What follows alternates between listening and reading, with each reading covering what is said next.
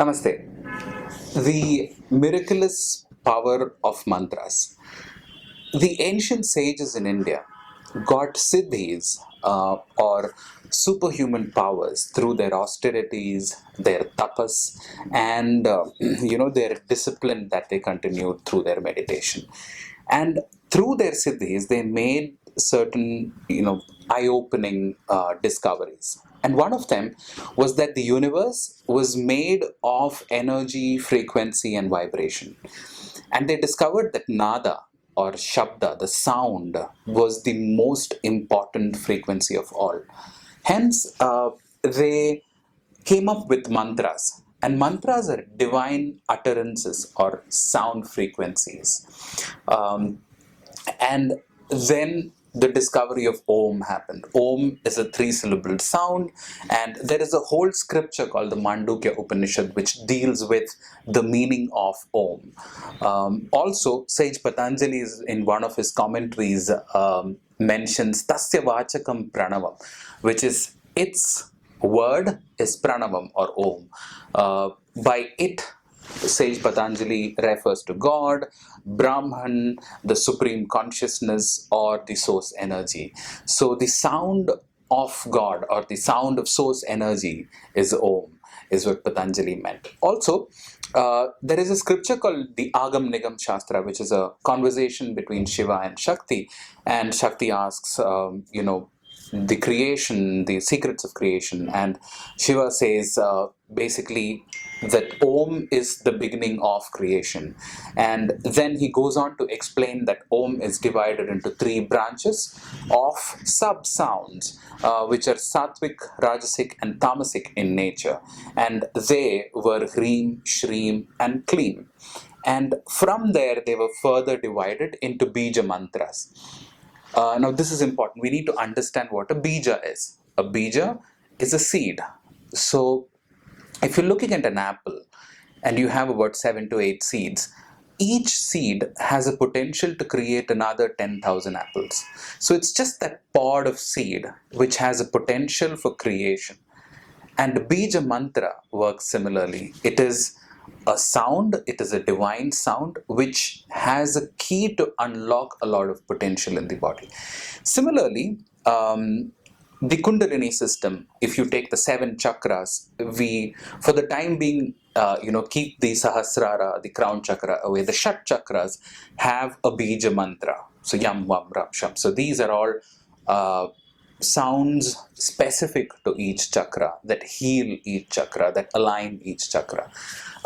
And the other major discovery that the sages made is how the universe functions, the dynamics of the cosmos. And it functions in a Swaha Tathastu way. Swaha is what the sadhak or what the meditator gives to the universe.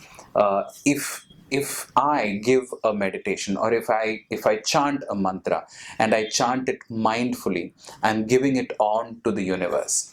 This sound wave of the mantra travels across the cosmos and takes with it all the affiliated energies and comes back to me. So when I chant a seed mantra, it travels across, gets all the relative energies that help me achieve what I want and comes back as a tree. This is the power of a seed mantra. Hence, we have bija mantras for good health, we have bija mantras for wealth, we have bija mantras for love, compassion, we have bija mantras for sexual vigor. So there are bija mantras for everything which we would, which I would explain in the upcoming videos. But what you need to understand now is the dynamics of the universe works in a swaha way. Swaha is what you give, and the universe always says tathastu. By tathastu we mean so be it. So whatever you give to the universe says so be it, tathastu. So if it's a cuss word you're using, it is a bija mantra that goes out and comes back to you at some point. If it is gossip that you're doing, it comes back to you at some point. If it's motivation that you're doing, if it's compassion and love that you're speaking about, it comes back to you. So every word is a mantra, and bija mantras are powerful divine utterances. And that is the power of a mantra. There are many ways mantras can be chanted. It could be in the form of a japa mala, beads mala, which usually have 108 beats. So 108 is a good number to start chanting. And so the poet Kabir once mentioned that you could be chanting, your hands could be moving the beads, your tongue could be moving in your mouth, but if your mind is all across the world, then it doesn't contribute to being a mantra. So one of the major points about a mantra is to mindfully chant them, to mindfully be present and surrender yourself, open up yourself to the universe when you do this. And the recommendation is to practice yoga. In the Ashtanga Yoga, the 8 limbs of yoga, dhyana is towards the end, which means the yogi has to practice a lot of other austerities so that the yogin can sit still and have a nearly empty mind and a very steady flow of breath. And this makes mantra chanting a lot more easy. So I would recommend start chanting your mantras. And if you have a bead like this, be very attentive. And about the 6th or 7th bead, your mind will start playing its tricks. You will start thinking of something else. And you might miss a few beads, but always try to come back to your chanting whenever you can, as mindfully as you can. And the more and more you practice this, it would become addictive, and you would see shifts in your own pattern, your mental thinking, shifts in your life if you keep chanting the Bija mantras. In the subsequent videos, we'll go through different mantras and their benefits. I hope this video was helpful. Please subscribe to my channel, like and share if you can. Also, it would be great to receive some feedback in the form of comments. Namaste.